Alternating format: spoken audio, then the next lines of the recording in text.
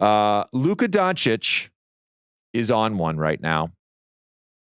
Had 39, 10, and 10 last night versus the Pistons. He's the first player to record 6 straight 30-point triple-doubles in NBA history. He also has 5 straight 35-point triple-doubles, which has also never been done before. The reason I want to talk about this is because I feel like Jason Gallagher feels like we don't give Luka enough love in the MVP conversation. And when I was thinking about it this morning, I thought of 2016, 2017, when Russ becomes the first player since Oscar Robertson to average a triple-double. Oklahoma City, which came into that year after losing Kevin Durant, not a ton of expectations. They end up winning 48 games and get the 6th seed in the West, and Russ wins the MVP. I think what's interesting about the whole discourse, specifically over the last 2 or 3 years about MVP, is everybody's like, oh, Tatum should get more love or so-and-so should get more love. I think what's hard is that over the last few years, we are seeing the very best, the guys that are getting first, second, third place votes. We're seeing them and their teams win at a high level, and they are having historical NBA seasons. So it's becoming harder to give just like real love to certain guys. And it's not to say Luka doesn't deserve love for MVP. He's certainly one of the best players in the NBA who's having an insane season. But when you factor in the fact that the Mavs just aren't a great basketball team, and by and large, they're winning because of him in some ways, it's hard to say, oh, you know, I've got him over Jokic, or I've got him over Shea, or I've got him over Giannis. I mean, these guys, again, they're having historical seasons again, and Embiid was having an historical season again, and their teams are winning at a higher level. Am I wrong in sort of how I'm thinking about that? Tell me if I am. I'll go first because I don't think you're wrong. I think it's with every MVP debate, it becomes a version of hair splitting, and everyone has their different version of it.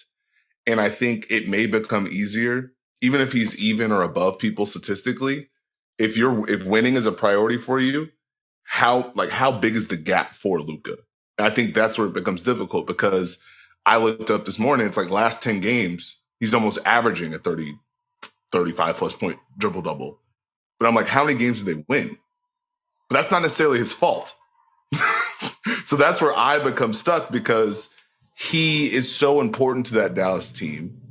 His offense and ability to beat any scheme you throw at him, whether you switch, you put 2 on the ball, you want to play drop, I think it gets tough. But I also wonder, is this just the time of year where defenses, especially as the schedule tightens up, do they just, and this is going to sound wild, are we going to live with this? Are we going to live with this switch? Are we going to live with this drop? And are we going to just live with that portion and try and take those guys away? And does that impact him? That's where I don't necessarily know in my head. I never say Luka isn't in it. I never say it's Luka's fault that Dallas is X. I don't necessarily go to the defensive end of the floor and go, well, he's not defending anyone, so he's out. I know some people might. But it just becomes, is it just by default, you are the easiest person in this debate to point something at? And so I'm just going to point at that and move on. Okay. Oh, it's an interesting point. Like, and just to quickly bounce off of that, I'm glad you brought up like are we willing to just live with this type of coverage? Like, one of the things that I had in my notes as I was going through the Luka stretch, post All-Star break in particular, teams are blitzing around 9% of his pick and rolls post All-Star break. And that was nearly 16% before the break. And the switching is up. And so to your point, like maybe teams are like, he's going to cook anyway. And which to quickly bounce off of that, only 16% of his shots are coming at the rim. A whole lot more mid-range jumpers coming from Luka. He has been on fire on those because he's just bullying anyone that switches on to him. But to that point, like, what does that do for him? What does that do for the actual bending of the defense? Like, I think that's worth pointing out. One thing that I've been in a headlock with in terms of Luka all year long is looking at how good he is, watching the Mavs lose games when he doesn't play, but then kind of zooming out to the overall, like on-off in particular, which isn't the end-all be-all. No one should argue that it is. looking at the on-off stuff, and it's like, well, the Mavs are winning his minutes, but they're barely winning those minutes. Part of that is just the roster/lineup context, especially pre-trade. The bench is winning the minutes. Or at the very least, there isn't a massive drop-off like you see with Jokic, like you see with Shea. And like that has kind of closed post-All-Star break, that it feels like a more stark difference between when Luka's on, when Luka's on versus when he's off, which I think kind of helps the MVP case. But to your point, Steve, they're 4-5 in the last 9 games. And so if the winning gap becomes larger while the on-off split becomes larger, I don't know what that does for his MVP case. Yeah. So I'm just trying to parse through like how much that portion matters. Steve, he's actually averaging a 35-point triple-double over the last 24 games. Last 24, 36 a game, 10 rebounds, 10.5 assists. Unsurprisingly, he is the first player ever to average a 35-point triple-double over a 25-game stretch in NBA history. The 14th time this season, he had 25-plus points in a first half. He passed James Harden, who did it 2 years in a row in 19 and 20, for the most 25-point first halves in 25 years. It's like it's historic. I want to get away from the MVP discussion for a second on this, because you both brought up great points on the coverages and what defenses are sort of willing to live with. And I think this is the key point in all of this with great players. When we analyze the game, and this comes up all the time with Jokic, it's like, should we double, right? Or should we just let him go jump hook, bully ball in the post? Like Kevin Durant the other night, I call him the game. I think he had 45 points against the Celtics. They only doubled him 7 times the entire game. And some of that was based on time and score. Some of that was based on lineup. Who was on the court with him? Was it an all shooting lineup? Was there a player you could double? So like with all this stuff, the smartest coaches are not going into a game and saying, we're going to do this every single time. We're going to double Joel Embiid every single time, because you're going to then have to live with something else. And I think the smartest coaches, what they're doing in game right now is they're recognizing time, score, and situation with their coverages. And that is honestly, and this is where I think people don't quite understand how hard it is defensively in the NBA. They're asking the players to make those adjustments in real time. And there's obviously some prep and some film study on that. There's discussions around that, but you have to oscillate between different things throughout the game, and it comes back down to, against the best players, they are going to get theirs in some capacity. You have to decide in real time, not before the game. I'm saying in real time, what is the score? What is the time? What is the situation? What are we willing to live with right now? Right now. And that ultimately is the calculus against great players in the NBA right now. And this goes back to the Dame Giannis thing. You get to the playoffs, game to game, within the game, there's discussion points. Okay, on this pick and roll, on these dribble handoffs, what are we willing to live with? What's my personnel? Who is the guy that's chasing Damian Lillard? Who's the guy that's navigating these picks? Am I willing to live with Damian Lillard shooting 25 times and me relying on a rear view contest? Am I willing to live with the defense being back, Giannis not getting behind, not getting those pocket passes on a 4-on-3 opportunity? Am I willing to live with none of that and Damian Lillard? Or Damian Lillard just hit 9 threes. Do I change the calculus in this game? That is the hard part. These fucking guys are so good, and you have to make these decisions all the time. So going back to Luka, the switching stuff is fascinating to me.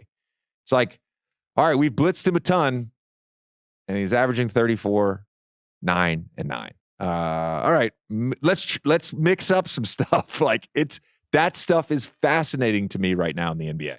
I think it's so much fun. I'm glad you mentioned the time, situation, and score, because you have these things you can live with until these moments or these players decide and make the plays to where, we really can't live with this.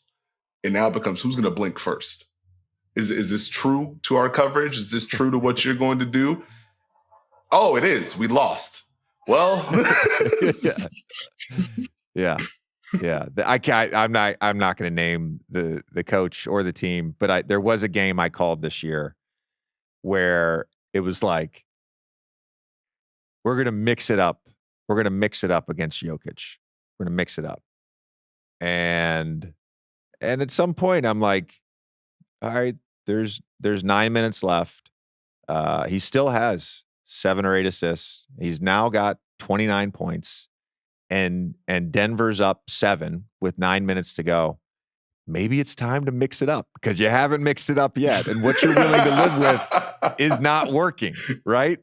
So it's a great point. It's like, when are you going to blink and be like, okay, all right, now it's time. I got to go. I got to do something different. I think the question, Nekias, because you're such a savant with this sort of stuff, diving in within a game. Both you guys are. Steve, of course, you've got an insane background literally in the film room. But like, I think what is interesting to me is the mixing it up portion in terms of keeping these guys off balance. Do you see any of that against the very best? And by that, I mean, it's very easy for, all right, you're going to cross match against Jokic and you're going to put the 5 against Aaron Gordon. And like the Philly game, I remember watching the Philly game, and they had Embiid off of Jokic, the one in Philly that they both played. And it was like, okay, after 3 possessions, I was like, okay, Jokic has figured this out. Like, you got to do something. You got to do something different. It's the best players. I feel like it's not like you can be like, all right, we're going to mix it up in the first, and then we're going to go to something different in the second. It's almost like you have to mix it up every possession just to keep them off balance, because they're so smart.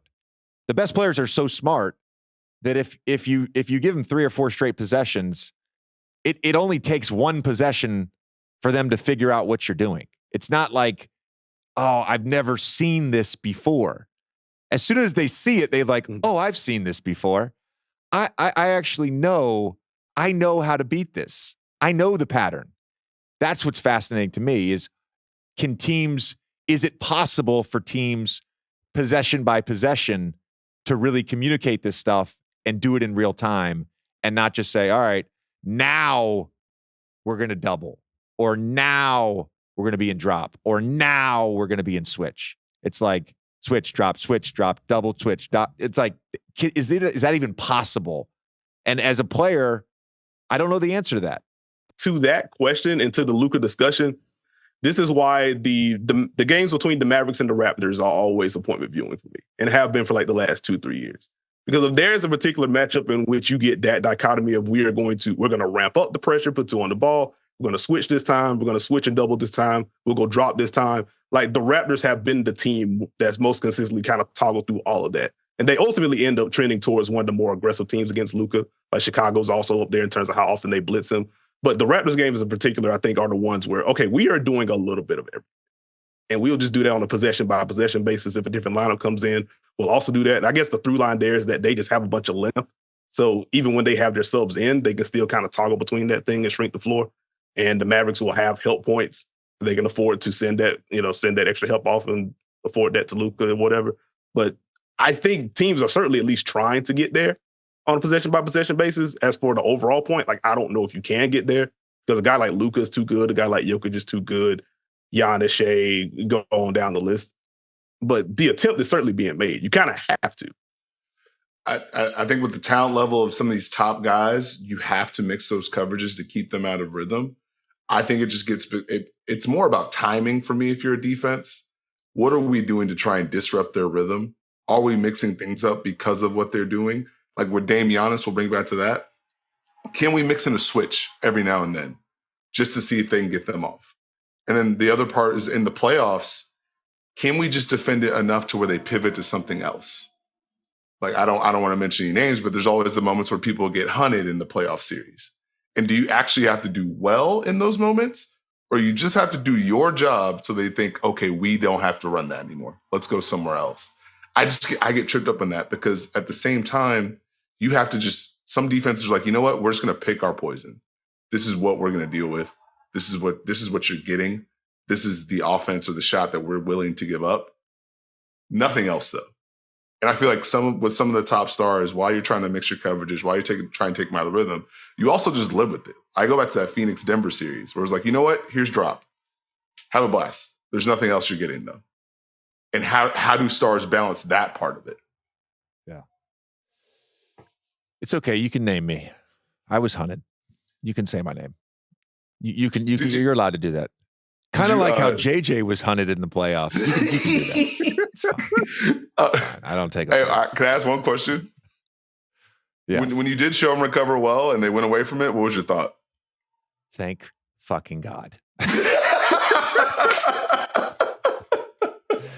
Thank God. Oh man. Certain teams, like I remember like the Boston series when I was in Philly. They like hunted me a lot. They would like post Marcus Smart. They were trying to get me switched on to certain guys. And like to a degree, it certainly worked. And then in game 4, I like had one of my best defensive games of my career. Like I had steals, I had deflections, I drew 3 offensive fouls. Like I fucking battled. And then I go into game 5 and I'm like, maybe they'll go away. Nope, they're not going to go away from it. Do it again, bud.